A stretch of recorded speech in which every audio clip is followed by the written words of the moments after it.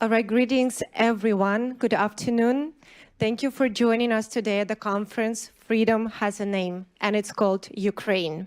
My name is Valerie Smian, and I'm so honored to greet you here and welcome you here at the Rayburn House Office Building in the United States Capitol Complex in Washington, D.C. This is actually the place where voices of freedom have echoed for generations, and where today we raise our voices once more for a nation that embodies the very essence of courage and freedom, Ukraine. Today we gather not as Democrats, not as Republicans, not as members of one faith or another, but as people of conscience, united in our conviction that freedom is not negotiable, that sovereignty is sacred, and that the brave people of Ukraine must never stand alone. Over the next 3 hours, you will hear from members of the State Department and members of Ukrainian Parliament, rabbis and military leaders, humanitarians and advocates, all united by one simple truth: Ukraine's fight is a freedom's fight. It is our special honor for us today to acknowledge that veterans of Ukraine's war are present with us today in the room.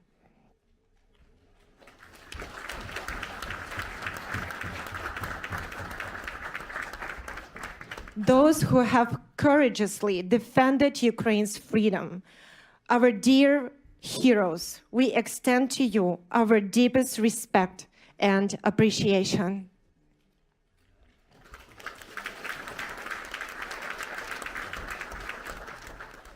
And this conference, Freedom Has a Name, and it's called Ukraine, is made possible through the vision and tireless work of Pastor Mark Burns, a globally recognized spiritual leader, a spiritual advisor to President Donald Trump, and the chairman of Spiritual Diplomats, a global initiative committed to leveraging moral authority and faith-based leadership to address the world's most pressing crisis.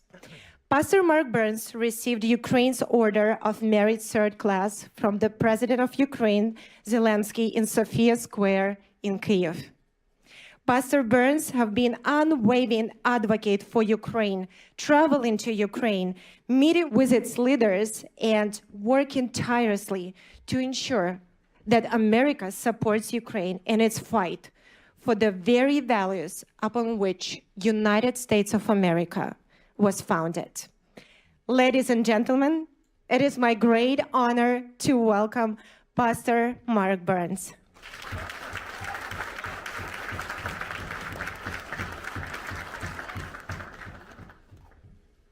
Wow. Well, first of all, give yourselves a big hand clap for being here, because you're telling the world you stand for freedom. I said give yourself a big hand clap because you're telling the world you stand for freedom. Freedom has a name, and it's called... Freedom has a name, and it's called... It's called Ukraine. It's called Ukraine. That's why we're here. We're here because people are dying. People are freezing. Mr. Mayor, so happy to see you again. Power is out. And it is no time to have champagne. This is no time to have drinks, cocktails. It is no time to pat ourselves on the back, while men and women of Ukraine are right now dodging drones that are hovering over them every single day, while little children are being killed just to go to church, while women have been raped by the evil, vicious military called Russia, led by an evil man called Vladimir Putin. Hear, hear. This is no time to congratulate ourselves. That's right. When I talk to the president, I remind the president constantly of how the evil atrocities that are happening. We're going to hear from some of them today, right here. Of a parliamentarian, member of Congress, Ukrainian congresswoman. He's going to be here. Yuli is going to teach to us. He's going to tell us exactly what's happening on the ground. We may sit back and read reports about it, but some of these people that are here today are living it every single day. We are not here to celebrate. We won't celebrate until there's a real peace agreement, long-lasting peace agreement with real security measurements to protect the sovereign nation called Ukraine. I can't hear nobody. I don't need you to be soft or quiet today. I'm telling you, I say it everywhere I go. Pretend like you're at a black church today, okay? And I need you to talk back to me. I got one person ready to go to the gates of hell. I got any real fighters here who are ready to say, we won't stop until the bombs stop dropping in Ukraine. I can't hear nobody. I can't hear nobody. That's why you're here. You're here because you're saying, I'm not choosing party sides. This has nothing to do about whether I'm a Democrat or a Republican. This has nothing to do about whether I'm called a liberal or a conservative. This has nothing to do about the left or the right. This has everything to do with the human right of a nation called Ukraine. Are y'all hear what I'm telling you? The people that we've asked to come here today, these leaders who are standing in the gap, and they are here they've been fighting this fight for a long time. When the president of Ukraine President Zelensky gave me a medal, I felt so ashamed. I felt ashamed. Felt like we haven't done anything. I don't deserve this. So many people, the real heroes, some of you are in this room right now. You've been fighting this fight for years. You saw it coming. While people were quiet, while people were silent, you saw the maneuvers happening. You saw the spirit of the python begin to circle itself around the neck of Ukraine. And you were screaming, hollering from the mountaintop, and nobody was listening to you. Lord have mercy. They're listening to you now. Okay. And we're going to do everything in our power to continue as spiritual diplomats. Yes, sir. To never become silent on the issues that are happening in the world. Amen. I don't care if MSNBC stops reporting about it. That's right.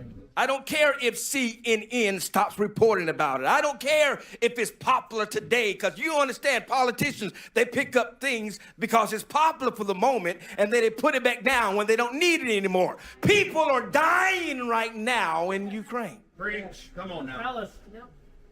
Are y'all hearing me? Yes, sir. Yes, sir. That's why we're here. Yes. And I'm here to remind the media. I'm here to remind you. This message belongs to you. Yes. For those of you who are sworn in as spiritual diplomats, and some of you are in this room right now, you're in here because you're sworn in spiritual diplomacy. And I tell you, for those who, people ask all over, how do I get a pen? It's not a gift. It's not something we just give to people. It's a commitment. You swear in. You swear in. You take an oath that you are willing to stand for the voiceless. You will use your position of power and influence to speak for those that need an advocate. Yes.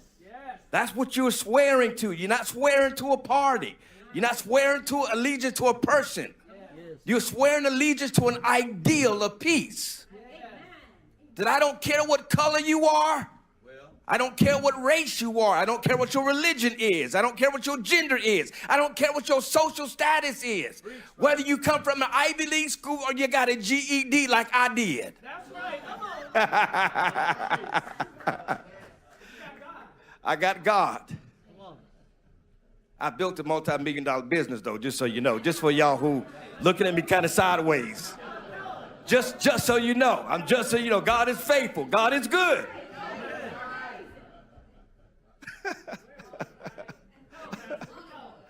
God, he will do it. He will. But I'm telling you this, there are millions of people in Ukraine that's not getting that opportunity. Yeah. So I don't want, Mr. Ambassador, for us to celebrate each other. This ain't a time for joy.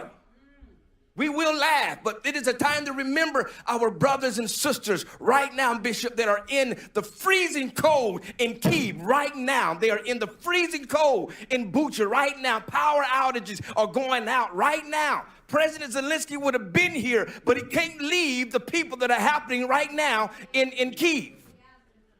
I said, sir, you stay where you are. You be the inspiration where you are, because right now what's more important is that your people never lose hope. And I'm telling you right now, the people of Ukraine are not losing hope. That's right.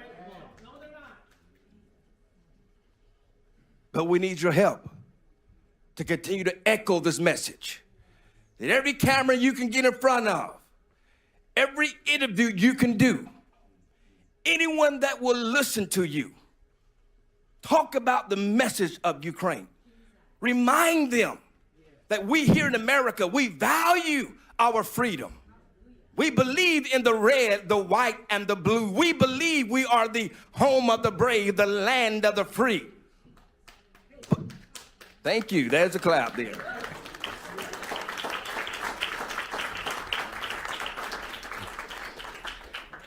Miss Mi Young, God bless you. All the hard work you're doing for Korea. She's a true spiritual diplomat. Korea is under attack right now, and there's a lot that's happening right now. The Republic of Korea is happening right now. China, and you do understand that Russia and China are in league together. Yes, they are. Yes, they are. Yes, they are. They're trying to strengthen their influence. They're trying to strengthen their influence. That's why President Trump went after Venezuela. I don't care if you believe it or not or like it or not. He wants to stop China from buying Russian oil, from Venezuela to be selling Russian oil to Russia. The less we stop Russia from buying oil, the more we slow down their war machine. It's that simple. Yes. It frustrates me when I hear people, oh, Trump is just selling people out. Why in the world we just took Maduro out of Venezuela? Why are we going out to Greenland? I don't care about your politics. I'm talking about the facts. I'm not here to promote one man's ideology. I understand that some may disagree how it's happening, but we're trying to stop Russia from planting submarines up there that's continuously funding the battle that's happening in Ukraine. Do you understand this? And if we don't, and if we don't stop Russia, they will continue to attack Ukraine. They will go after Georgia. They will go after Moldova. They will go after NATO. And here we are in World War III. That's what's at stake. That's when I say supporting Ukraine is America first. It is America first.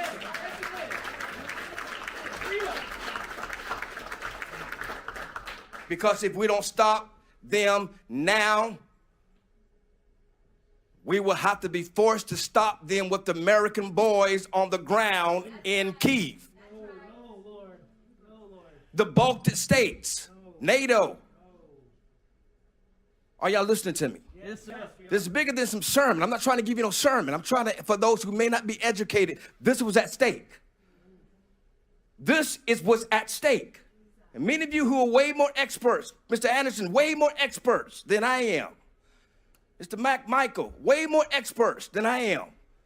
Been fighting this fight for a long time. And I pray that the information that they give you is to inspire you to constantly keep reminding why we are doing this, why we will not be silent, why we will never shut up, why we will continue to echo the message around the world. Why will we continue to remind you why we are making this fight, and why we're standing with Ukraine. And we're close. The president said to me a couple of days ago, we are very close.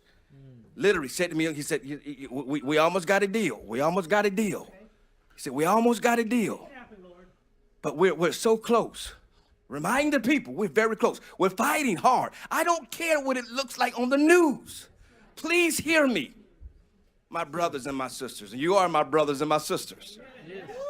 You are my brothers and my sisters. We may not agree with everything, but that's okay. That's okay. We don't have to agree on everything, but what we can agree on, we stand together. Are you hearing me? That's why spiritual diplomacy is working. Because it's together. It's a together action. It's a together action. You may look different from me. That's why I love all the spiritual diplomacy meetings. We just a bunch of rainbow people that come together. I love it. I love it. Come on, somebody say you love it, you love it, you love it. I love it. It's a rainbow of people that says, listen, we may disagree, we may not look the same, we may speak a different language, we may have a different social class, but in the end, we will all stand for something that all of us want, and it's a word called freedom.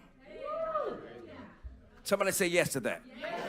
I could be a Jew and I want freedom. I could be a Muslim and I want freedom. I could be black and I want freedom. I could be white and want freedom. I could be female and desire freedom. I could be from a Christian and desire freedom. Are you hearing me? I could be from Africa and need freedom. It doesn't matter what race I am. It doesn't matter what color I am. It doesn't matter what my political affiliation is. Everybody that's alive on the green earth, we desire freedom. If you believe it, say yes to that. Freedom. Freedom. Yes, freedom. Freedom. And we got to remember Haiti, yes, Haiti, everyone, all of the country. Pakistan, yes. All of it, absolutely. Yes, freedom, that's right. Call it out, hell it out. That's what it was here for. Freedom. China needs freedom. Yes, Iran needs freedom. North Korea needs freedom. That's right. But can't you? It needs freedom. And that's the point that I'm trying to make to you. That's why we're here. So I'm going to be done preaching. I'm done. I'm getting out the way because you got a lot of great speakers that are coming up. A lot of great speakers. I want to give a shout out to ALLATRA for helping to make this happen. Can we honor them? Marina, Miss Valerie, our boss. That's what we call her. Amen. Miss Olga, I think she's out there in the back. But everybody's working so hard to make these things happen.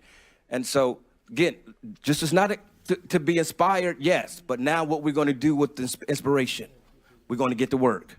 Right now, people are asking me, how do I get a spiritual diplomacy pen? Right? I don't have a lot of them today. I have some, but I'm just saying to you, there is a commitment that goes with it. And those who are willing to make that commitment, maybe by the end of this event, we can, for those that desire to be, come and take on the oath of a spiritual diplomat, then we can swear you in. But we'll try our best to get to that. But it's a true commitment. I beg you. You understand? As I said to you before, yes, if you just want to take a picture, then I don't need you. I don't want you. If you don't want you. If you just want to put on social media and say I was here at the conference and just brag on social media, you keep your keyboard warrior self at home because we don't need you. But if you're a real fighter, you will go to the front lines. You will go to where we need to go. You may lose friends over it. You may not be popular because of it. But that's who we're looking for. And that's what we're going to continue to do for Ukraine. And you're going to hear from some great, amazing experts up here. I'm so grateful for each and every one of them that are here. Some flew a long way from Kyiv to be here, from Ukraine to be here. And so I'm going to get out the way. I want to hear from all of them. So I want you all to be inspired because they inspire me. And there's much work to do. Slava Ukraini.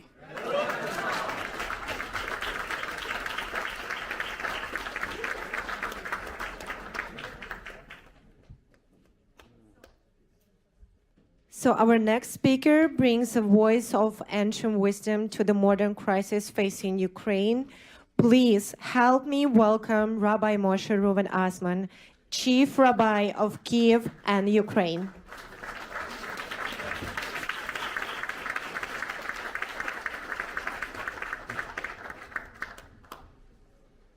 Dear friends, thank you everybody that coming here.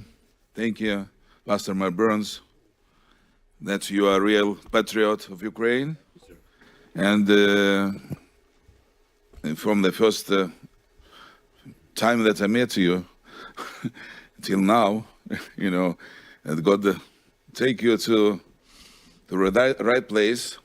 I would like to say you that I asked to Pastor Mark Burns to come to Ukraine, and he agreed. He came, and he saw with his eyes what the Russian criminal regime made in Ukraine. It's Bucha, Irpin, Borodyanka. People was murdered there.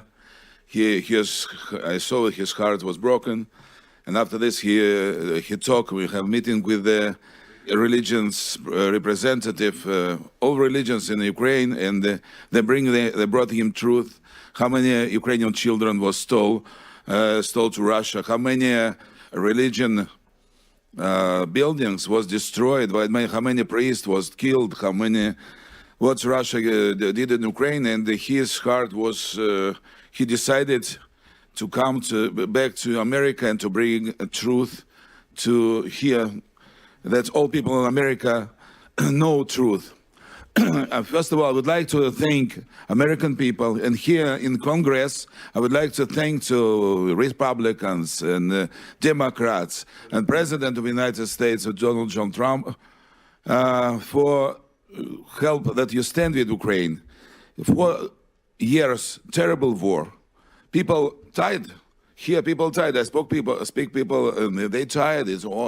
How long is the war? But you have to know that people in Ukraine, and they not only tired, they are every day under the shelling, under the attacks, and now I come from the Ukraine is freezing. Here is below 0 degrees.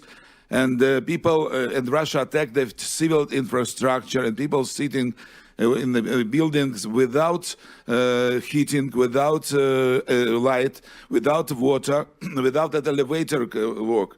And my volunteers come personally to the 20 floors to bring the old people water, to bring them food, to bring them warm clothes, and to evacuate people. When you see it, you understand immediately what is our prayer. I think people here, I was here today, it was prayer breakfast, people here pray, but now it's not enough. We have to pray, but when we see the people in the tragedy, we come them to save them. That's why I thank God that gave me opportunity to be in the right place in the right time.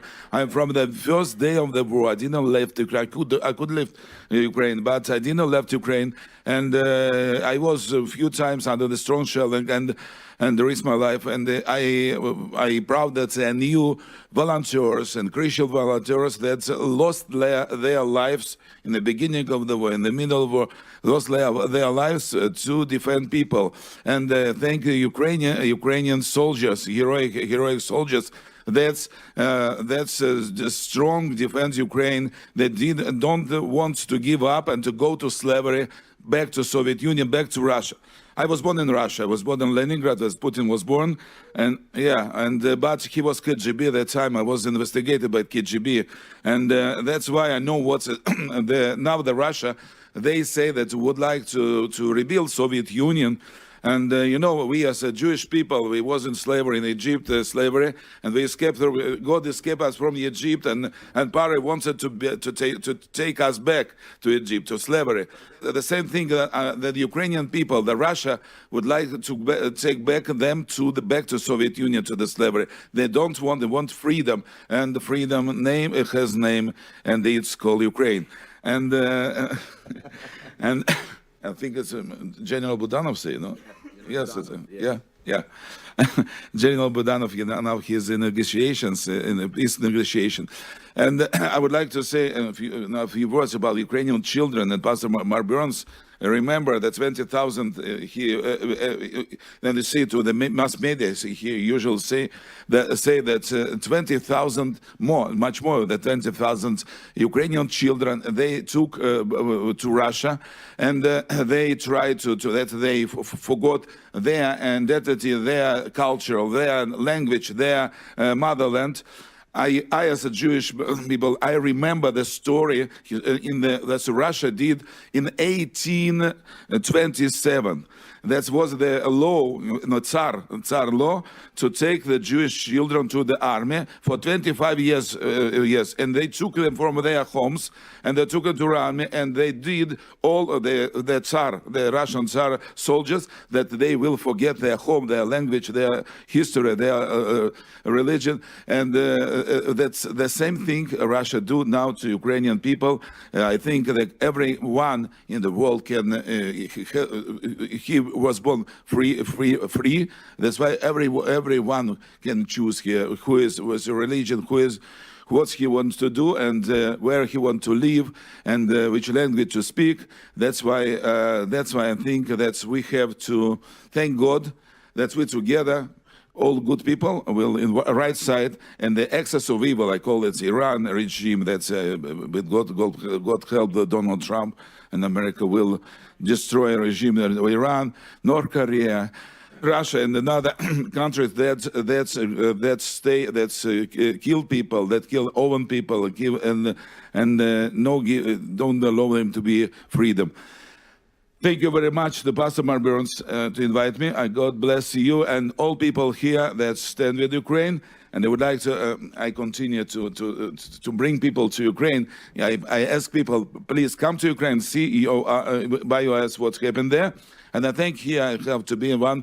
I just this week with one young businessman, Jordan Castelman. I asked him and come to Ukraine and just begin to invest to Ukraine, invest just $6 million and wants to bring $1 billion investment to Ukraine and pay Ukraine. I would thank him. And Jordan, come. And today they say, yes, I continue to invest to Ukraine because I believe that Ukraine will be restored, will be good country, free country. Thank you very much. God bless you. God bless America. God bless Ukraine. Thank you.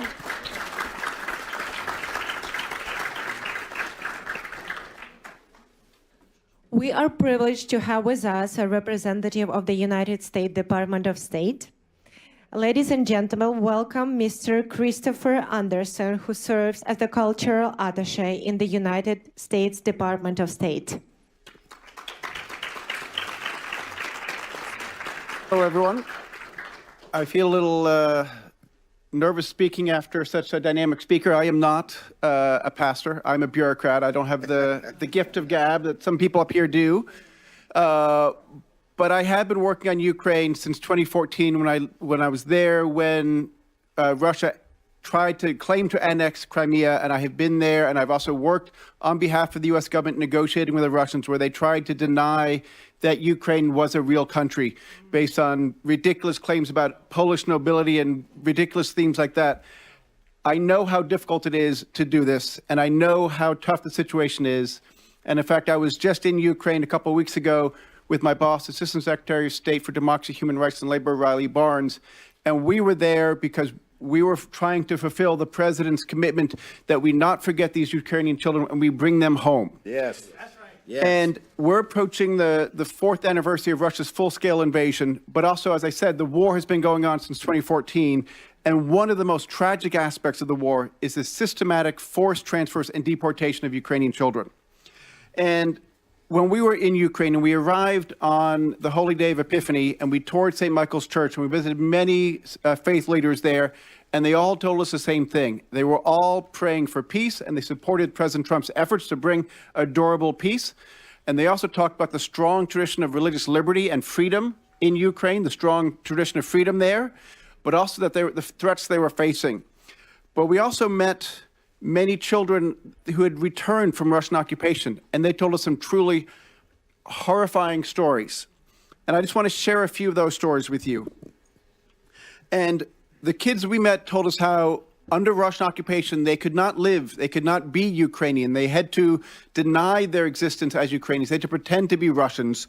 They were not allowed to practice their faith as they wished, as they believed, and they could not speak their language. They could not be free, in other words. And we met with First Lady Zelenska, and she told us another story of a brother and a sister.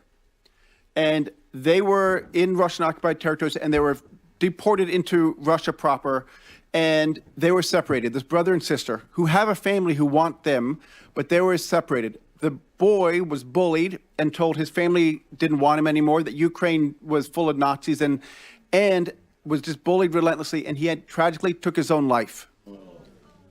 The sister was unable to go to the funeral, and they then put her in an orphanage for children with behavioral difficulties. I will tell you, I would be disturbed too if I had to endure such horrific circumstances. And so they are keeping her in an orphanage in Russia, even though her family wants her back, and the Russian government is denying that effort. And then we also heard of another story who was living in occupation, and they refused to let him speak Ukrainian, and they were teaching him Russian and getting him ready to serve in the army. And then with the help of a group called Save Ukraine, he was able to escape and return to Ukraine where he could be free again. And there are well-documented reports that these children are subject to re-education, a phrase that is incredibly chilling and is in the line of Korea, Soviet Union, Iran, all those sorts of horrible states. And these children are blocked from contacting their families, and they are told lies that Ukraine does not exist. And then I also want to tell one more story that we heard about a family where they were removed from occupied territory and forced to go through filtration camp, another chilling word. And the father that we heard about had a Ukrainian tattoo, and the Russians tortured him and burned off the tattoo because it showed the symbol of Ukraine, and they didn't like that. And then the daughter was forced to live on her own, and she never saw the mother again. And we don't know what happened to her, but she considered herself a Ukrainian, and that was unacceptable to the Russians. Now, these are horrible stories, and these are not isolated. There's well-documented pattern and practice of this by the Russian government. But what we did note is the bravery of the Ukrainian people, and particularly these children, was truly inspiring. And we cannot forget those children, or we need to get them home. And so I just want to close by echoing President Trump and First Lady Melania Trump's promise. We are dedicated to guaranteeing the safe return of Ukrainian children to their families, and that is unwavering, and we'll do everything we can to bring them home. Thank you.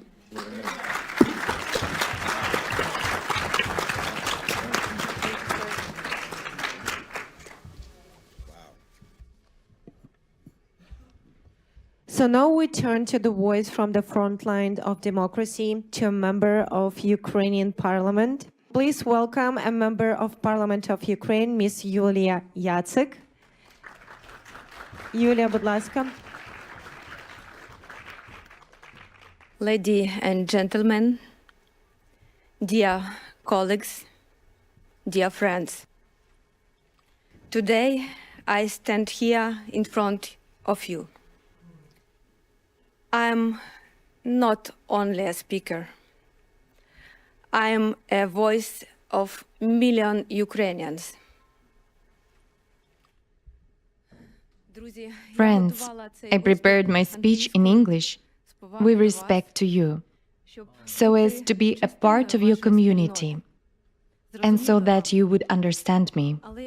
However, I decided to speak in Ukrainian precisely so that you could hear how our language sounds, so that you could hear vibrations of the Ukrainian heart and soul that Ukrainians are feeling right now. The big war in Ukraine has been going on for about 1,500 days. You see the news. You hear about how our cities are being bombed.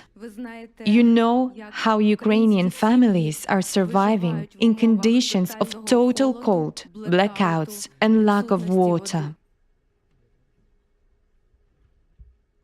But you no longer hear the voices of people from the occupation. People living in occupied Melitopol, Mariupol, Berdyansk, Tokmak, and my native Vasilivka that was occupied back in February 2022. I will tell you just a small story, one in a million, my own story of the war. I remember February 2022, the full-scale invasion, fierce battles, and the resistance of Ukrainian people to the enemy. It was fear, it was horror, it was shock. The roads were blocked. Stores and hospitals were shut down. There was no electricity, water, heat, or even communication. My team, volunteers, military personnel, and clergy helped people from the occupied territories and the combat zone to evacuate. It was a road of life under shelling. To those who stayed, we brought water, food, medical supplies, and power generators. But in 2023, Russian authorities banned entry and exit from the occupied territory. The occupiers forced Ukrainians who remained in their homes to obtain Russian passports. If you didn't get a passport, you would receive neither a pension, nor a job, or a salary. Your children wouldn't go to school, and you wouldn't get into a hospital. The Russian occupation authority created nearly 100 camps and torture centers for Ukrainians in the occupied territories. They shot entire families for having a Ukrainian flag on the balcony. They subjected military families to searches and torture, examined their phones, and ransacked their homes. They took away housing from those who left the occupied territories. They nationalized it.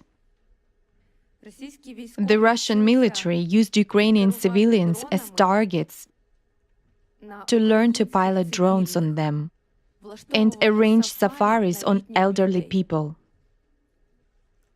Rape was turned into a weapon not only against women, but also against children and even men. Torment, torture, starvation, electric shocks, broken bones, and even death have become the favorite pastimes of the Russian military. Almost 80% of civilian infrastructure, hospitals, and schools were destroyed and haven't been rebuilt to this day. In schools, they forced children to sing the Russian national anthem and impose a new history, where Ukraine is the enemy and Russia is the liberator. But most children study secretly online, in Ukrainian schools, and continue learning their native language in their own schools. Because of the destruction of hospitals, people cannot receive proper medical care and are forced to travel to Melitopol or even Crimea. Therefore, they die on the way, even from minor injuries. Tens of thousands of Ukrainian children were abducted and brought to the territory of the Russian Federation illegally. They were placed in re-education camps. Today, I was asked, what freedom is to me? I showed you my own story so that in this single story, 1 in a million, you would see a human life, a traumatized human life. Freedom for me means returning home. It's the opportunity to walk down my own street and open the door of my house. It's the opportunity to bring my parents back to our house. My dad hides his pain by painting pictures.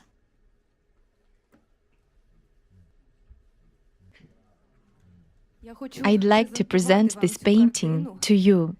This is the Ukrainian Bereginya, created by my dad. He is 73 years old.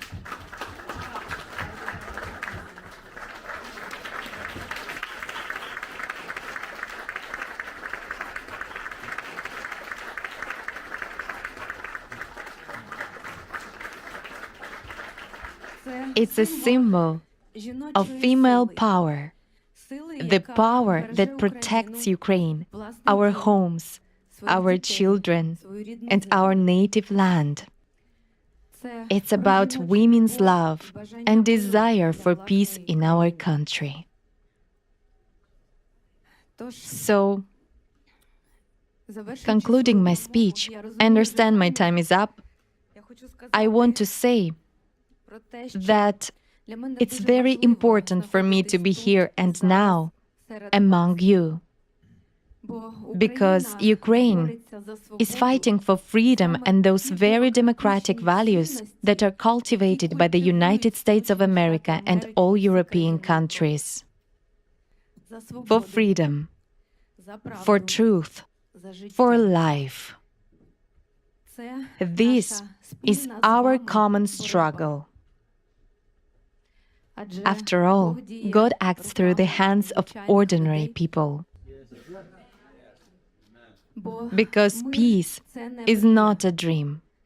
It's a very difficult, definitely not an easy path, step by step, hand in hand, with prayer in our hearts, together.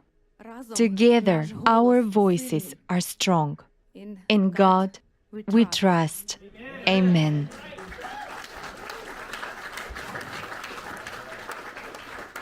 And God hears us. God bless you. Thank you. Thank you.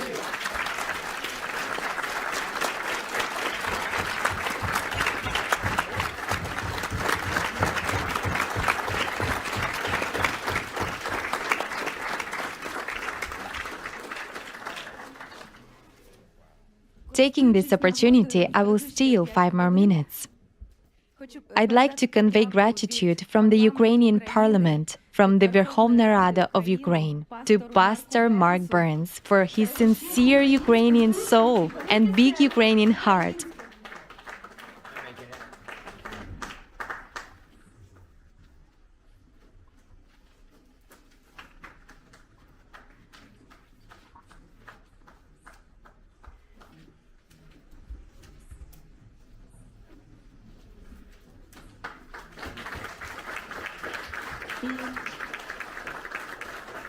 And I also want to convey gratitude to Captain Gary Tabach, an American military man who fights for our victory every day on the Ukrainian front. Thank you, Gary. He's a great friend of Ukraine.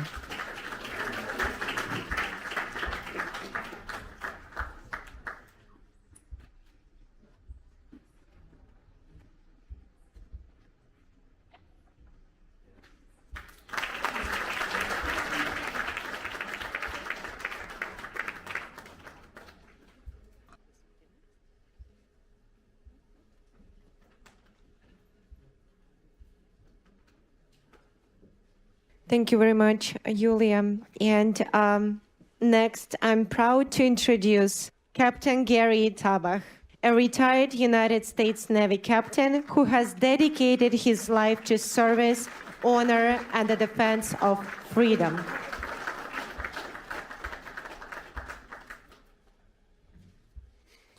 Thank you. Yes, there are 2 things I like to talk about: leadership and myself. So, my parents took me out of evil empire when I was a teenager, and I came to the United States. Those of you who are grabbing phones to call ICE, please relax. I am a legal immigrant. So, after a couple of years in the United States, I heard President Reagan talk about evil empire. I knew it was evil empire. I did not know at that time how to fight evil. I only knew that it was evil and I had to fight it. The only way as a teenager I knew how to fight is to join the best, the largest nuclear navy in the world. And I joined the United States Navy, and 26 years later I said, wait, is this over? It was over. In 2014, my best buddy died. I went to Israel. I leaned my forehead against a wailing wall, and I saw a note. I opened up my eyes. I was talking to God, and I'm not a very religious man. And I saw a note there says, pray for Ukraine. I knew who Russians are. I knew how evil they were. I remembered the words of President Reagan. I said, I'll go to Ukraine just for one day. Take one wounded soldier out of there. I showed up there, and I'm there for 12 years already. And people ask me, why? Why are you doing it? You were born in Russia, you're a Jew. What is that in Ukraine? I couldn't answer it. Could never answer it except it was the right thing to do. It was the right thing to do to help people that are being killed and murdered by the people I know that can do it very, very precisely. And then I had hope. I thought I was the only one that was doing it. Nobody could understand me. Then I had hope when President Trump became a president and started to fight evil too. Then he left, and I was discouraged, but I stayed in Ukraine. Then he came back, and I said, God gave us a third choice. Third choice. If we're going to screw this one up, God is not going to give us another choice. 3 strikes and out. And I wanted to go to his inauguration. That's all I wanted to do. And a good, old chief rabbi of Ukraine says, you're going to go with me to his inauguration. And I went to his inauguration. It was a great thing that ever happened in my life. Then he took me to the Pierce School, where the people were giving speeches, you know, like peace, love, peace, you know, and everybody was sitting there, you know. But the crowd was kind of like yours, all kinds of people from all over the world. And then this black man gets up and he delivers a speech. And everybody wakes up and the whole room is going. And I said, that's leadership. That is leadership. When the whole crowd is crying, laughing at the same time, and he's leading them anywhere he wants to. That's leadership. And I wanted to shake this man's hand. And I wanted to give him my challenge coin. But the crowd was so big, they were crowding him all over the place. And I shook his hand. The rabbi, good old rabbi, took me by hand, says, let's go. And I shook his hand and said, thank you for your service. And somebody pushed me away, and that's it. That was all over. Then one night, the rabbi calls me and says, come to Anatevka. I'm like, oy vey, I got to go to Anatevka. It's cold, it's curfew. We're going to pray, we're going to do tefillin, we're going to do all this, eat kosher food. And all so I showed up. The rabbi said I should show up. In a cold room, it's sirens, it's bombings. And in the morning I wake up, it's cold, and I see these 2 little ladies in the hallway, American ladies. And they go, good morning, yeah. What they're doing here in the middle of this war and doing this. And always they hear, Captain! And I turn around, and here he is, standing there with their arms. He says, Captain, it's good to see you. He remembered me. He hugs me, and I'm like, what is this black dude from some Carolinas doing in Ukraine? What does he has to do with Ukraine? It's beyond me. I have no idea. Then we go to places of atrocities. He goes, and this is before cameras. This is before Ukrainians start giving him medals, and there were cameras. It's just us, right? Right, April? She was a witness there. Veronica, right? It was you. You girls were there, ladies. You were there, and freezing, because I kept thinking they have no insulation on them, and it's cold. And I see this leadership there. He's talking to old babushkas, to the kids, to everyone. There is no show. It's sincere. It's deep. And this is where I get my answer, because I ask him, what the hell are you doing here? What do you have to do with Ukraine? That is because we're fighting evil. Because my people were victims of evil. His people were victims of evil. Our people were victims of evil. And we, people of leadership, cannot sit there and watch others die and freeze to death. We have to be all together. We have to rally together. We have to rally around our leaders, around our national leader, around our world leader, President Trump, and around our spiritual leaders, Rabbi Osman, and around our total leader, all-together leader, Pastor Burns. And somebody says, and I think Malcolm Luther King, that you quote so often, said it too. It's attributed to many people. All that evil needs to win is to have a lot of good people do nothing about it. And it's a leader who's going to say, no, stop. It's not going to go through me. You're not going to go through while we're on the watch, right? But give me an amen. Give me an amen, Pastor. Give me an amen. I'm going to be a black preacher doing that. Yes, you are. We all do. And as a slave, Ukrainian recruit, soldier slave as well, but a very talented poet, a very famous poet, and an artist, Taras Shevchenko, said, fight and you shall win.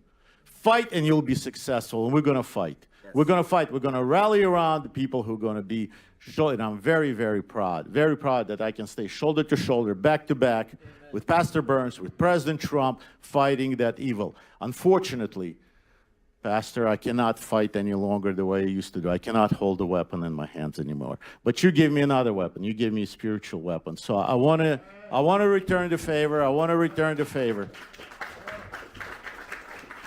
I want to present you with my weapon. Unfortunately, I couldn't. I almost got arrested because our Capitol Police told me I cannot bring a weapon into this building. So my friend smuggled just the sheath. But this is a Ukrainian Cossack saber. That is actually our Marine saber. You can look it up. Is similar to it. Hurrah! Exactly. And when I'm going to salute the good pastor, and I'm going to present that with him, I want you all give me a hoorah. Okay. You want to drop down your face and give me 20? Come on! Give me a hoorah!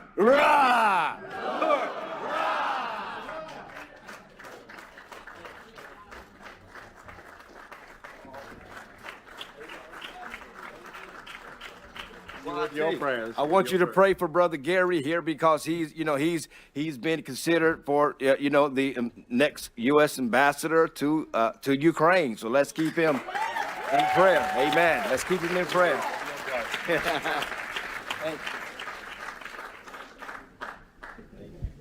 Say a hoorah for my brothers in arms.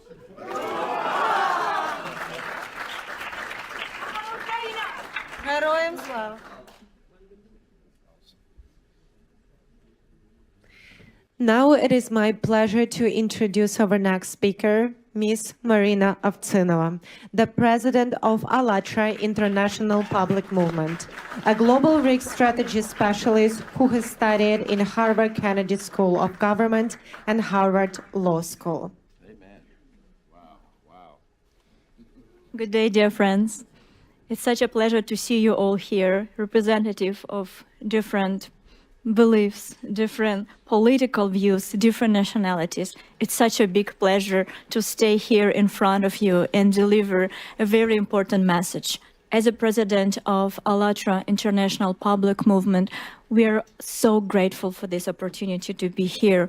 And we are grateful to Pastor Burns for everything he is doing for the entire planet, for every single person, because he has unique ability. He developed very, very important initiative, spiritual diplomacy. And this initiative can go through all walls, go through borders, and can unite people of different political views, different religion, different social status, because it focuses on the very, very important and fundamental issues: freedom, human dignity, and peace. Yes. And thank you so much, Pastor Burns, for your dedication, your love to Ukraine, for your support to the Ukrainian people in the darkest of time. Without your support, we will not be able to be where we are. So the fight for Ukraine is going every single day, and we understand that it's not only the front line, it's everywhere. The front line for Ukraine is everywhere. Here in the Congress, in the Senate, in the churches, Yes. in a public meeting, because that's the fight, not only Ukrainian fight, it's our fight. Because like Pastor Burns choose the name for the conference that we're here, freedom has a name and it's called Ukraine. And that's absolutely true. So if we lose that fight, we lose the freedom in the entire world. And knowing that I will be able to talk and my voice will be heard by millions of people, I would like to say something very important. But before I proceed, I would like to say something simple and something human. So for those of you who travel here, I truly hope that your family are safe, your children can sleep peacefully. And in your neighborhood, the most disturbing sound is the sound of barking dogs. So nothing else. So that's very, very important. And unfortunately, I would like to take you out of this comfort zone deliberately, because you need to understand Ukraine. You need to feel Ukraine in order to support it. So after the Russian missile strike on the night of 18th on the Ukrainian city of Chernobyl, rescue workers pulled a woman from the rubble of the residential home. And as they were pulling her out, she was tearfully, desperately pleading with the rescue workers. And you will never guess what she was asking them. When they tried to help her, through pain and tears,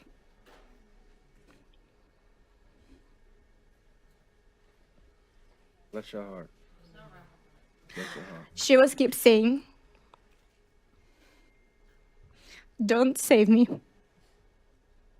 I beg you. I just watched my son burn. My God. And I need to hear you this one more time. A mother being pulled from the ruins of her own home, begging the rescue not to save her life because her child was just killed before her eyes. And here what's happened next. Ukrainian mother began to share this on the social media, not for the fame, not for the political purposes, but to share the message that from now on, every night they will sleep with their kids. Not because to keep them warm, because it's extremely cold in Ukraine, but only because if the missile will strike or drone strikes their home, their body will protect their child, and they will do everything possible in order to protect their children. And that's the essence of Ukraine, protection. You need to understand that there is something that do not end with Ukrainian mothers.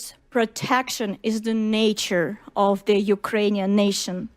This instinct, this first desperate, beautiful instinct to protect is everywhere in Ukraine. So Ukrainian volunteers create the point of invincibility, shelter with warmth, with electricity, where everybody who needs help can come and will receive the help. And those volunteers create those shelters for the people that they don't know. They do it to protect. Ukrainian medics run towards explosion, not away from it, but towards, and they do it to protect people that are affected right now. Ukrainian teachers, they educate children in the basement, in the metro station. They do that because they understand they want to protect the future of Ukrainian nation. And the Ukrainian soldiers, sons, daughters, fathers, and mothers stand on the front lines not for glory, but so that people behind them can live one more day.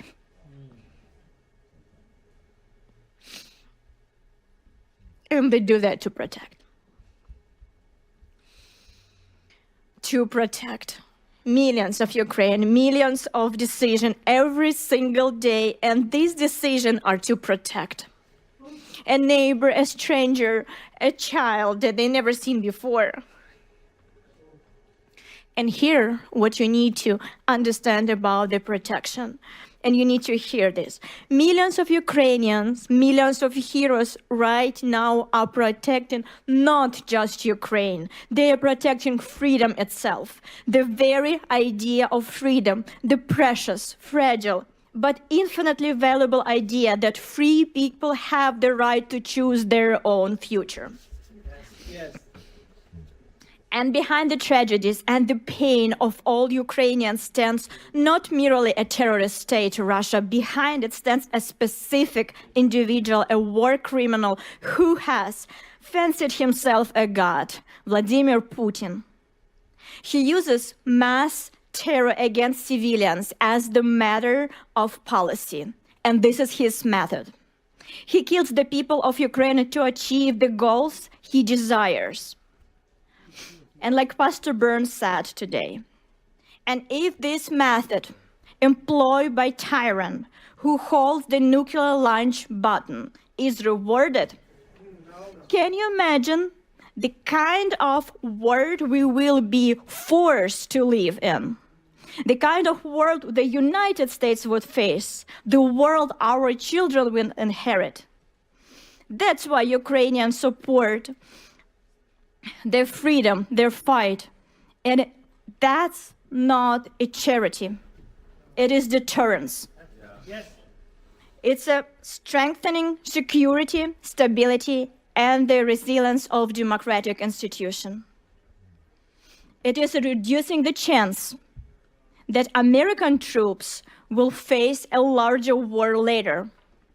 Because dictators doesn't stop when they succeed. They stop only when we stop them. And this is exactly why today all of Ukraine organizes itself around one word: to protect. Protect their own people and the entire free world.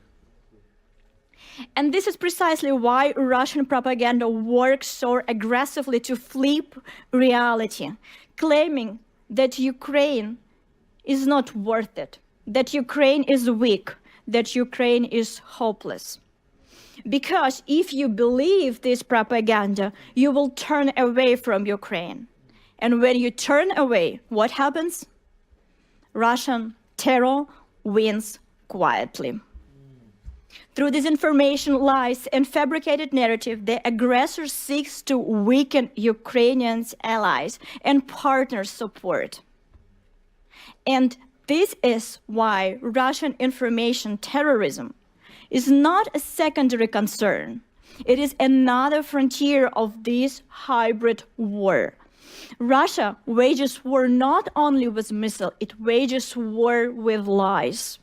And these lies operate across Europe, across America, and to our great sorrow, even within Ukraine itself. And I know that not from hearsay.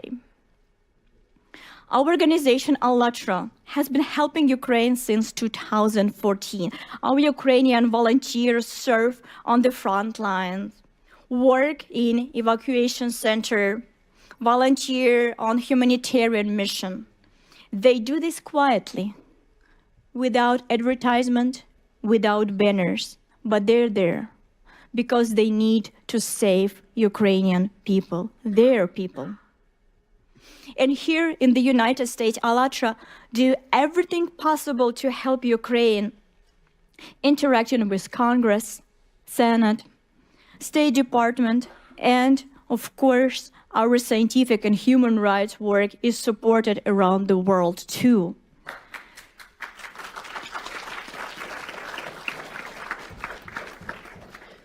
But do you know which is the only country in the world that has banned ALLATRA? Can you guess? Russia. Of course, Russia. The only country where our volunteers systematically persecuted, tortured, thrown into prison. Russia. Why? Because we speak the truth about Putin's Nazi regime, because we speak the truth about the threat of the Siberian plume, which they want hide from an entire world, and because we support Ukraine. And this about that. The Kremlin considers us such a big threat that it launched full-scale persecution against us. Seeking to remove strong players from the board, Kremlin agents around the world spread lies about our organization. They call us pro-Russian sect. Absurd? Yes, it is. But unfortunately, absurdity, that is work. And because if you open the internet today, Ukrainian media, European media, you will find articles calling ALLATRA pro-Russian. The very same organization that Russia has banned and destroying. The very same organization whose volunteers sitting in jail and being subject to torture in Russian prison. And this false narrative is being spread by FSB agent. This is a documented fact. In 2024, a report presented in Washington exposed the method and tactic of Russian disinformation. It was prepared with the participants of American and international experts, as well as officials of Security Service of Ukraine and the Office of the Prosecutor General of Ukraine. The report directly named agent of Russian informational influence network in Ukraine who organized disinformation campaigns and criminal prosecution against ALLATRA. The report identifies Irina Krymenovska, a Ukrainian citizen, as an agent of Russian influence. Beyond our organization, she attempted to discredit Ukrainian religious scholars who were defending Ukrainian spiritual independence from Moscow, and to lobby pro-Russian policies into Ukrainian legislation. But she's not alone, it's a network, we need to understand that. So there is no single player. So these FSB agents have infiltrated in Ukraine institution. They influence journalists, they spread Russian disinformation throughout society. But here's what's important. Ukraine, despite all of that, is a real democracy. And in this democracy, just a few days ago, the national police officially recognized us, ALLATRA, as the victim of illegal attempt to destroy our organization. So, yes. Congratulations, yes. Thank you. And you need to understand that despite such difficult times, democracy in Ukraine works. Truth break through. But agents of Russian influence have not stopped. They operate not only in Ukraine, but in Europe, and unfortunately here in the United States as well. And they continue to spread Kremlin's propaganda, which unfortunately you often hear in the media. That's why when you hear that Ukraine is divided, that Ukraine is losing, the Ukrainians want to surrender, or ALLATRA is the pro-Russian or pro-Putin sect, please remember that. You need to understand that what you hear is the Putin Russian propaganda. And I ask you, don't believe it. Instead, believe Ukrainian mothers who protect their children from Russian drones and Russian missiles. Believe Ukrainian volunteers who deliver medical supply under the fire, and Ukrainian field medics who perform very difficult operation under the drone attack without electricity. Believe ALLATRA volunteers who are supporting Ukraine and being tortured in the prison in the Russian Federation. Believe the Ukrainian defenders on the front lines who share effort, literally sparing no part of their bodies, their very lives, every day bravely defend our rights, yours and mine, to live in the free and civilized world where tyranny has no place. Because this is what Ukraine is: brave, free, honest. Ukraine is people held together not by fear, but by mutual support, not by propaganda, but by truth, not by hatred, but by the responsibility for one another. Ukraine is the people driven by a pure, noble instinct to protect the innocent, to protect human life, to protect the good. So, how can we stop Russian information warfare? Only with truth. We can expose it. We can forge a path to the truth by not believing the lies and by acting for Ukrainians' benefits. And we, ALLATRA, have been doing that since 2014. We do this under fire, under torture, under slander, and we will continue to do this. And we will do it around the world, here in the United States, in Europe, and in any country we go.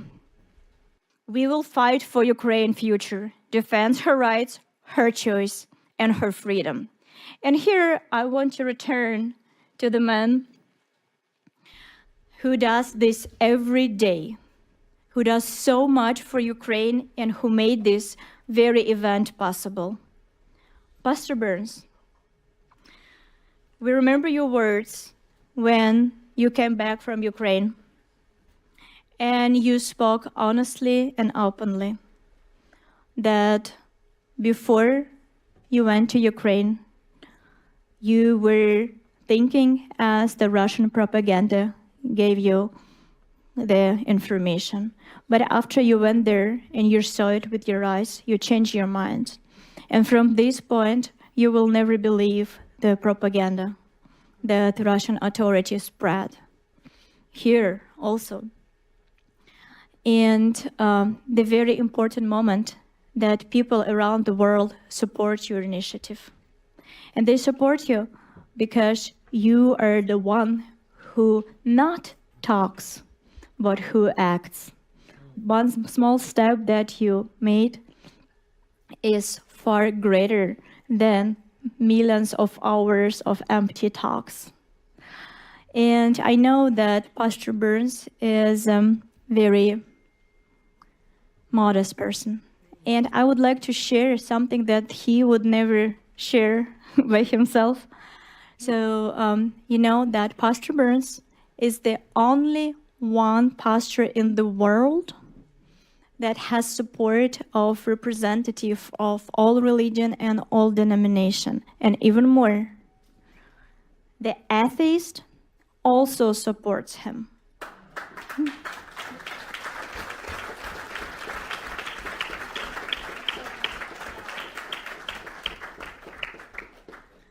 People believe in Pastor Burns because of his action, because he is doing more than he is saying. And this is very important. And every time when he starts the Spiritual Diplomacy Conference, he said, if you're here for a picture, I don't need you. That's right. And this is very, very important. So that's why people follow Pastor Burns. And like he said today, it's the action. It's not only having the pin here. So we need to act.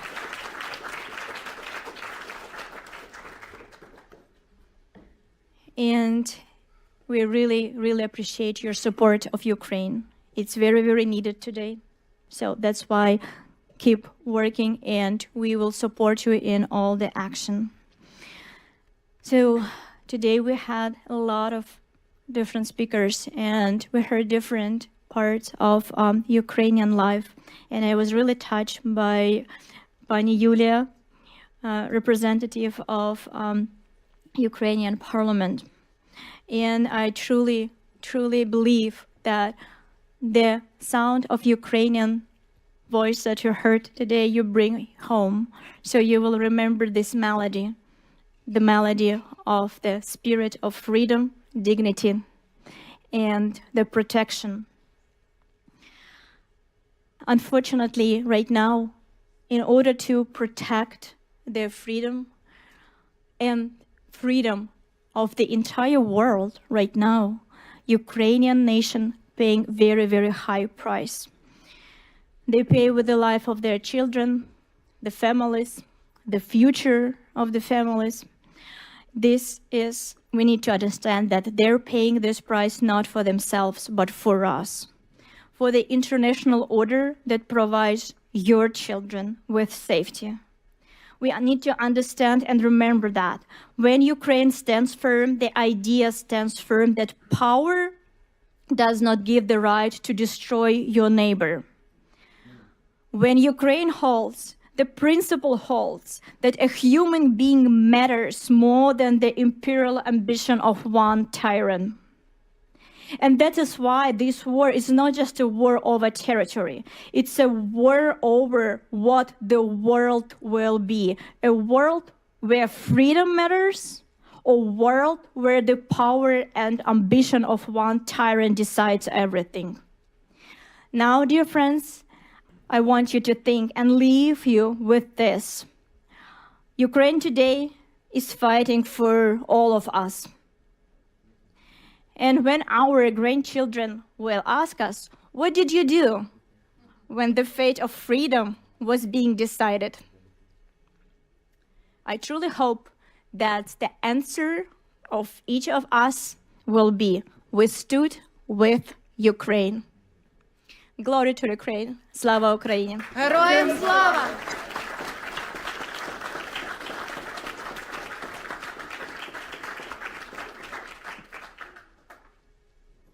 Now we are asked to join us for a minute of silence to honor those who gave their lives in Ukraine for a free future for all of us.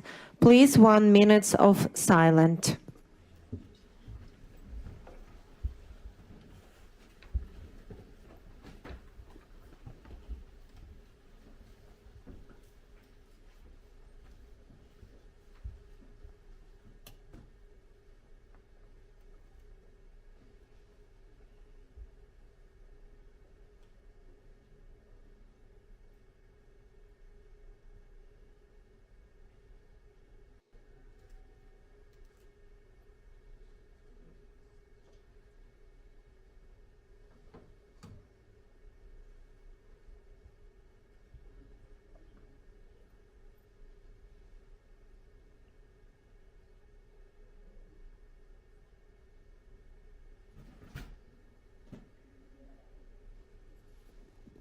Thank you very much. Now let's proceed.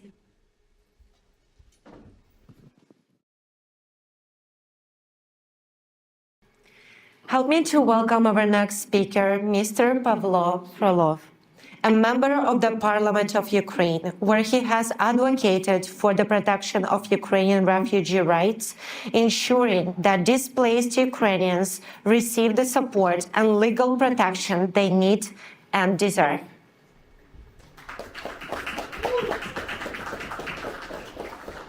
Thank you very much, Pastor Burns, Marina, for the invitation. Dear friends, it's an honor for me to speak to you today. People of different faiths, nationalities, and political views are gathered here around one shared value, human dignity. The words "freedom has a name, Ukraine" are not a slogan. They describe real life. Yes. Today, Ukraine is defending not only its land, it is defending freedom itself, a principle without which there can be no peace and no justice. We must be honest with ourselves. Good decisions are only good if they actually save lives, not only in theory, but in practice. I often think about what Russians feel when they launch missiles and drop bombs, killing children, elderly, destroying energy system, leaving families without heat in coldest winter. Some may believe they are serving a greater cause. Others may think they are simply doing their jobs. And this is the tragedy of propaganda, when millions are taught to accept suffering and death for people who share faith but not citizenship. We have to fix this. Yes. I was born in Kryvyi Rih in southern Ukraine. For many years, people there had a generally positive attitude toward Russia. Almost no one believed that Russia was capable of what it is doing today. But there were people who understood the true imperial nature of that state. My colleague Sergei Yankovsky in 2008 warned that a large-scale war with Russia would come. I remember the most intensive dispute in my life. He told me that war was inevitable. I refused to believe it.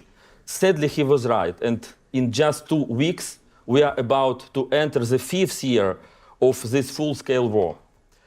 Spiritual diplomacy speaks to conscience, where traditional diplomacy focuses mainly on interests. It reminds us that human life, truth, and compassion are not optional. They are the moral foundation of any policy. Faith leaders and moral voices help humanize the reality of this war. They move our focus away from numbers back to people. In the case of Ukraine, spiritual diplomacy strengthens solidarity with civilians and the oppressed. And most importantly, it does not allow the world to become used to evil. Years of war have brought enormous destruction to Ukraine. According to a joint assessment by the World Bank, European Commission, United Nations, and the government of Ukraine, the cost of recovery and reconstruction reached $524 billion by the end of 2024. It is 1.75 times higher than the total value of frozen Russian assets in the West. It is also equal to 11 annual pre-war budgets of Ukraine. And I want to stress this clearly. This figure includes only material damage. It does not include the damage to human life, health, and dignity. In the Ukrainian parliament, I serve as the head of the Commission on the Right of Internally Displaced Persons, that is IDPs, and other war victims. My colleagues and I work with those who need help the most. This includes 4.5 million IDPs inside Ukraine, 6.9 million refugees abroad, about 6 million Ukrainians living under occupation. More than 6 million Ukrainians have lost their homes fully or partially. To understand the scale, this is roughly the population of US state, Maryland or Missouri, or entire population of Bulgaria. The world has not seen such destruction since the Second World War. At the same time, much has already been done. Ukraine has become the first country in the world to launch an international compensation mechanism for war victims before the war has even ended. Within the framework of the Council of Europe, the International Register of Damage for Ukraine has already been created. The Compensation Commission has also been launched and is expected to start reviewing victims' claims next year. In Ukraine, we are doing everything we can to help people survive the war. We have implemented dozens of state programs to support more than 1.5 million of most vulnerable people. There is still a great deal of work ahead. Helping victims of the war is not a temporary charity. It is a long-term moral and social responsibility for the Ukrainian state and for our international partners. Now, the most important thing for us is to establish a sustainable, long-lasting and just peace. Peace means more than a ceasefire. It means restoring lives, communities, and human dignity. But recovery is impossible without security. If the aggressor keeps the ability to attack again, rebuilding turns into endless repairs under constant threat to new destruction. Ukraine's struggle reminds the world that freedom always has a human face. When moral voices stand together, suffering can be turned into hope and solidarity into peace. The ideal end of this war would be a transformation of Russia through the collapse of its imperial essence, or through nuclear disarmament that would eliminate blackmail and future aggression. This is not realistic under current conditions, So we must act now to ensure that Russia does not have the resources to continue this war. This means severely limiting Russia's financial and technological capacity through strong sanction, export control, and real enforcement. Arming Ukraine so that the cost of new aggression becomes unbearable for Russia, and building a lasting system of support and deterrence. We believe that forces of freedom and justice stand with Ukraine. We are very grateful for the effort of President Trump and Congress to stop aggression. Please do not let fatigue win. Fatigue is exactly that the aggressor is counting on. Our shared resilience is the path to a just peace. Slava Ukraini. And Mr. Pastor Burns, I want to invite also you to Ukraine, to the parliament, and Marina. Thank you very much. Thank you very much.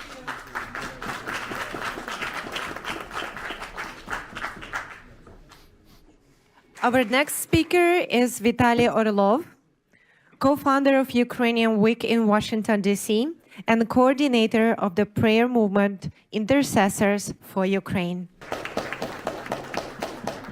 Thank you, dear friends. Thank you, Pastor Burns, for invitation. For me, it's a big privilege to be with you here today. And today, Ukraine is going through incredibly difficult times. If we could put the presentation on the screen. Because weak leaders lead to hard times. Hard times bring leaders together and make them strong. Strong leaders lead to easy times. And, unfortunately, easy times lead to weak leadership. Unfortunately, these are the consequences of weak leadership. When voices needed to be raised for the truth, for Ukraine, against the dictator sitting in the Kremlin. Today, thousands of cities and villages in Ukraine are in this kind of condition. Why? Because we are at the epicenter of a spiritual battle. And as it says in the Bible, the light shines in the darkness, and the darkness has not overcome it. Today, Iranian drones, which are assembled in Russia, are bombing Ukrainian cities, just as they once bombed Israel. Ukraine is on the front line today, on the border between Christian Western civilization and Eastern dictatorial civilization, where there's no complete freedom. How evil has united. Today, it is necessary for spiritual people, Christians, to unite as well. And we are very grateful to Pastor Burns for raising his voice for the truth. Churches are also under attack in Ukraine. Russia has destroyed or severely damaged more than 700 churches in Ukraine. In the Ukrainian territories occupied by Russia, they are seizing church buildings. On the left side is a Baptist church in the city of Melitopol, which the Russian army seized and turned into a military museum. And there are hundreds of churches like this. Wherever Russia comes, they raise communist idols and monuments again. They cut down crosses and put their flags in their place. Over these 4 years, the Russian military has killed 70 Ukrainian pastors and priests. This is my friend Yuri, a pastor who came to his church in Kupiansk for morning prayer. As soon as the prayer service ended and the people left, he stayed behind. Then an aerial bomb hit the house of prayer right into the church and killed Pastor Yuri. This is a spiritual battle. So today, we need to raise the voice of spiritual diplomacy in order to clearly understand that what Putin and the Kremlin bring is death and the destruction of Christian shrines. Today, Russia is investing $2.4 billion in the United States in its propaganda to spread lies about the situation in Ukraine. We often hear that there's no freedom for churches in Ukraine, among other lies. This photo shows the central street of Kiev, where 500,000 Christians gathered to praise God. Ukraine has the largest prayer breakfast movement in Europe, second only to the United States. Last year, Pastor Burns prayed together with President Zelensky at the National Prayer Breakfast. Today, Bible readings and prayers take place regularly in 90 government offices. This is a spiritual battle, and for spiritual victory, we need to raise the voice of prayer and the voice of spiritual diplomacy. And today, we have presented each of you with my book, Great God in the Terrible War in Ukraine. It's specifically about the spiritual causes of this horrible war. In conclusion, let me say that last year, Verkhovna Rada of Ukraine voted to establish a national day of prayer at the legislative level. On February 24th, we will pray together for Ukraine as a whole country, everyone together, from the president to the children. And today, I would like to officially invite Pastor Mark Burns to come to Ukraine on this very day.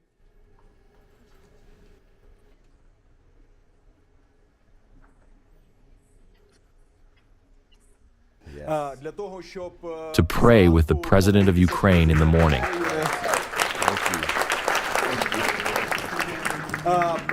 To participate in a solemn prayer gathering in the Ukrainian parliament, and to be with Ukrainian people on this difficult day. Why is it difficult? Because on that day, the full-scale war and invasion began. Pastor Burns, thank you sincerely for what you are doing for Ukraine, and we invite you again and again to visit Ukraine for special events. Amen. Welcome. Welcome. Thank you. Thank you. Slava Ukraine. Now I would like to invite Mr. Artem Saulyak, an interpreter from Ukraine, and Petro Voloshenko to the podium.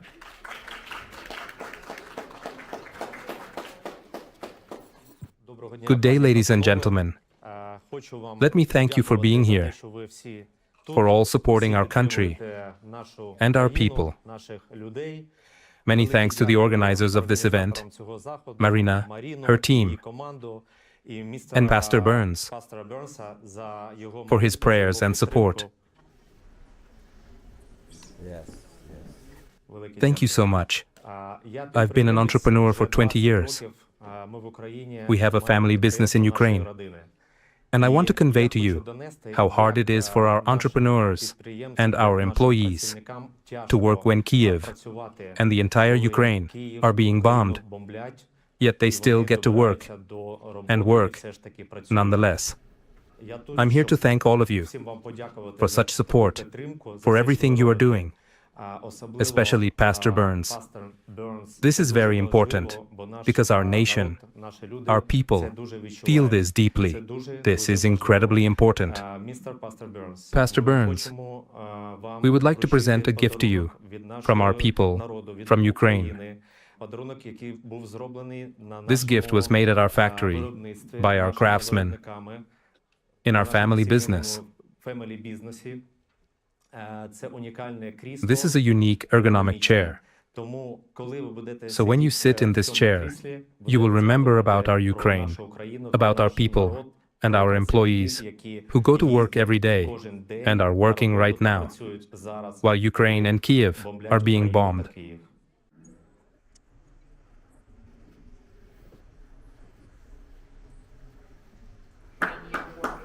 Wow!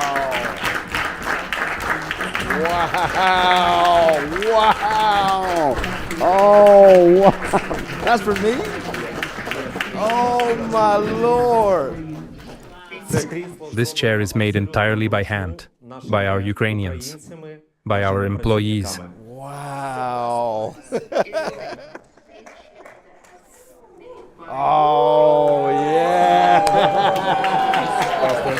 Thank you so much. I really appreciate it. Thank you for your help, for your support, our country. Wow. This is very, very important. I'm so humbled. Thank Thank you. you. Oh. Wow. I don't know what to say. Wow. This is amazing. Wow. How you feel? I think President Trump is going to be real jealous when he sees us. Every time you sit in this chair, think of Ukraine. Yes, of Ukraine. God bless you all. Thank you so much. Wow. Woo. That is amazing. Thank you. Once again, a big thank you to you all. Have a good day.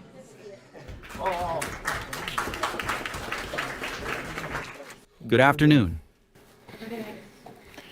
First of all, I'd like to thank Pastor Burns for his tremendous work. I know of no other pastor in the world who has fought so hard for Ukraine and its freedom.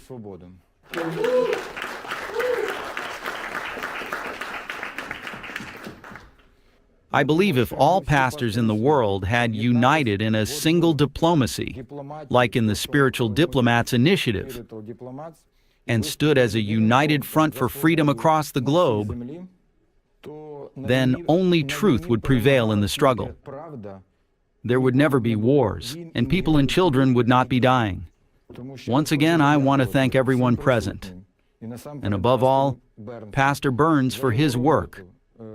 He is a true energizer who inspires us to keep fighting and to continue the struggle until the victory of Ukraine and the truth. God bless you. Thank you. Our next speaker is Mykola Kuleba. Actually, among the greatest crimes, of Russia's war against Ukraine has been as you've heard already today, was the abduction of Ukrainian children. Turned from their families, taken to Russia, and subject to forced adoption and re-education. And this is the crime against humanity, a crime against innocence itself. And our next speaker has dedicated himself to bringing these children home. Welcome, Mr. Mykola Kuleba, who is CEO and co-founder of Save Ukraine, an organization working tirelessly to locate, recover, and reunite abducted Ukrainian children with their families.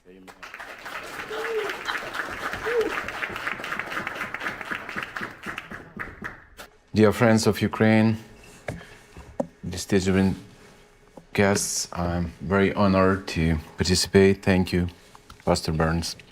And if you can show a video first, I'll be so grateful, and then I'll speak. The Russians stole my child's childhood. I didn't see my son for 2 years and 7 months. Over 19,000 Ukrainian children have been abducted and taken to Russia, and over 1 million remain trapped in Russian-controlled territories. Russia's strategy to erase Ukraine as a nation is to wage war on our children. That's why they are tearing families apart, featuring younger children in catalogs before they disappear into orphanages or Russian families, while older youth are turned into Russian soldiers and sent to the front lines to fight against their own people. Those who were rescued testify that even in kindergarten, Russians train children for war to fight against Ukraine and NATO. We will fight for every child who remains under occupation or has been taken to the Russian Federation. Every rescue mission requires careful planning and coordination. Save Ukraine's team stays in constant contact with families, from the very first call to the long-awaited reunion with their families. We do whatever it takes to bring them home, no matter the danger. And in those hugs, in those tears, you can see how much they've suffered, what the children endured, and what their relatives went through as they searched, unable to call or bring them back. Thanks to our partners' support, we built the Underground Railroad and rescued 1,135 children. Our mission is to bring them home, reunite them with their families, help them heal from their trauma. our work is far from over. Thank you for helping our family reunite. After 3.5 long years apart, I finally got to see my child again. And finally, we are together again. Thank you, friends.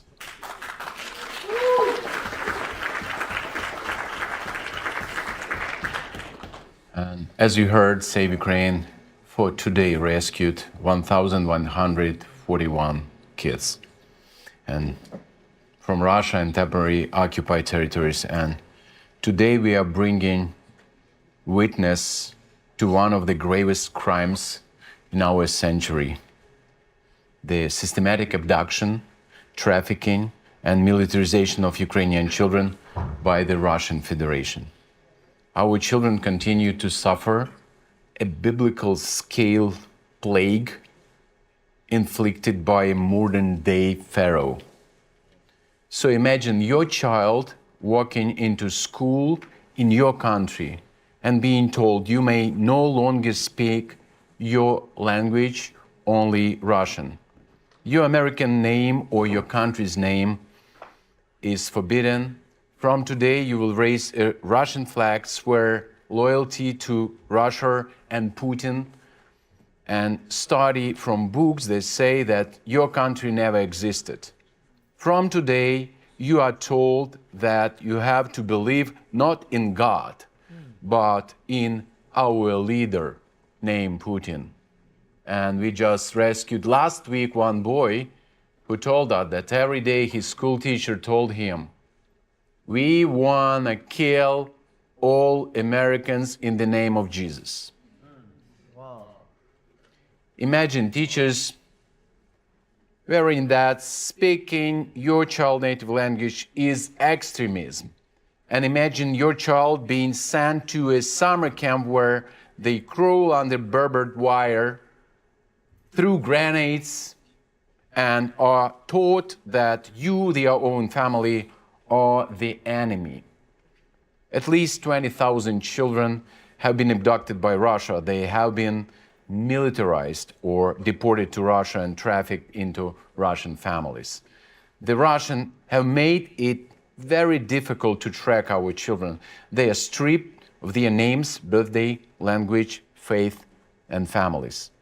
This is a deliberate strategy to erase their identities and Ukraine's future. More than 1.6 million Ukrainian children are now imprisoned behind Russian new Iron Curtain that has descended across Ukraine, and they indoctrinated to believe that the USA and NATO countries are the true enemies which they have to fight now and forever. Save Ukraine is providing a full spectrum of services to children in need, from organizing dozens of dangerous rescue missions inside Russia and occupied territories, across thousands of miles through the Underground Railroad. It continues with the holistic medical, mental, and trauma recovery, and safe and safer integration of children and families into local Ukrainian communities. Save Ukraine has documented testimonies of each of the 1,141 children we have rescued. It is clear that Russia's efforts are designed to hurt and destroy entire families. Punishment for resistance is severe and deliberate, intended to instill fear. They describe streets filled with Russian soldiers, armored vehicles at every corner, and parents terrified to let their children go outside because the military presence is everywhere. 15-year-old Sasha told us how one day Russian soldiers grabbed him off the street, put him in a truck, and forced him to dig trenches every day. Girls constantly report harassment and intimidation by Russian soldiers. Homes are raided at any hour of the day or night. Children tell us they must keep their phones clean at all time, deleting messages, photos, anything that could reveal their Ukrainian identity, because a single image or conversation can lead to brutal consequences. I just talked with one boy who'd been rescued from Lugansk under 11 years of occupation, and he told he was really afraid to go outside his house. It is 11 years of life in constant fear. And I'm asking you to continue your prayers. I can tell you tons of stories about how children suffer in occupied territories, and still hundreds of thousands of children in Russia's trap. And we need your prayers, and please stand with us. We believe that this war for our children, for our families, and we want to pray together every day, and we believe that God will protect us. Thank you very much. Thank you, Pastor.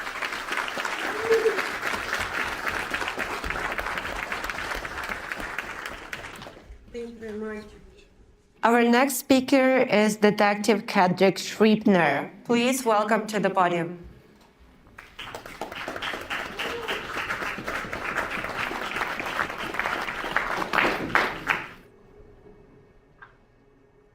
Thank you, Pastor Burns, for allowing me to come and speak. My name is Kedrick Scribner, and I'm the founder of the Kedrick Scribner Foundation. We support the widows and orphans of the fallen heroes of the Nigerian police force. And when you talk about widows and orphans, in Ukraine, I've seen the devastation. Do you know what it's like especially being in law enforcement, doing death notifications?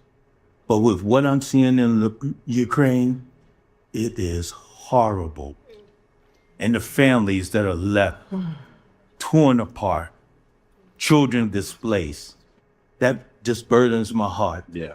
And I'm praying for the widows and the orphans, because when you lose a father, when you lose a husband, you have to fend for yourself. You have to protect the children if they're still there with you. And it's just a horrible thing. So I pray with all of the Ukrainians. I pray with the widows and orphans. And I just pray that you pray with me as I pray with them. Also, Pastor Burns, I will do a donation. Oh, wow. To the orphans. So thank you so much for the opportunity. God bless you all. And please pray for the widows and orphans of Ukraine. Amen. Thank you, sir. Thank you so much. And now, to send us forth with purpose and with fire, I invite back to the stage the man whose vision made this day possible. Thank you. A spiritual leader that believes that faith without action is incomplete. So please welcome to the stage Pastor Mark Burns. Thank you so much. Well, first of all, thank you. I promise you we won't be long. Thank you so much. Give yourself a big hand clap for being advocates for Ukraine.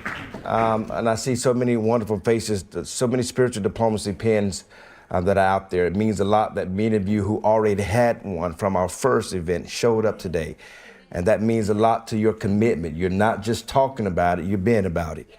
There's so much work to be done. I know we're going to be leading delegations to Ukraine, and we'll be reaching out to all of you to come and be a part. We're getting ready for Pakistan. Again, as I said the last time, we're going to be asking you to come out. But also here in America, we're leading a delegation to Chicago. Right here in the United States of America, there are issues with lead, and there's issues with mold, and so we're needing all of you spiritual diplomats who are strong, and you have a voice, and you want to actually help in the communities around the world, including here in the U.S. We'll be calling on to you. You'll be getting text messages, and you'll be getting emails. Make sure you respond, and let us know that you're making yourself available. Again, thanks so much to ALLATRA and to all that they're doing, Ms. Marina, the president, and Ms. Valerie, director of communications. all of the wonderful speakers that came from all over the world and those who are supporting Ukraine. And again, the hard work that those are doing. Miss Olga's out there from Creative Society. And again, spiritual diplomacy is not just a word. It's an action. It's a verb. And we need you to join the team. Right after this is over, for those who were not able to pin, I will quickly, briefly pin as many that have already taken the oath of office, and so that way we can dismiss. But again, thank you all so much. We got so much we got to do. Thank you all for being here, for being a spiritual diplomat. God bless you all, and I hope to meet you all real soon. God bless you. Thank you. Thank you.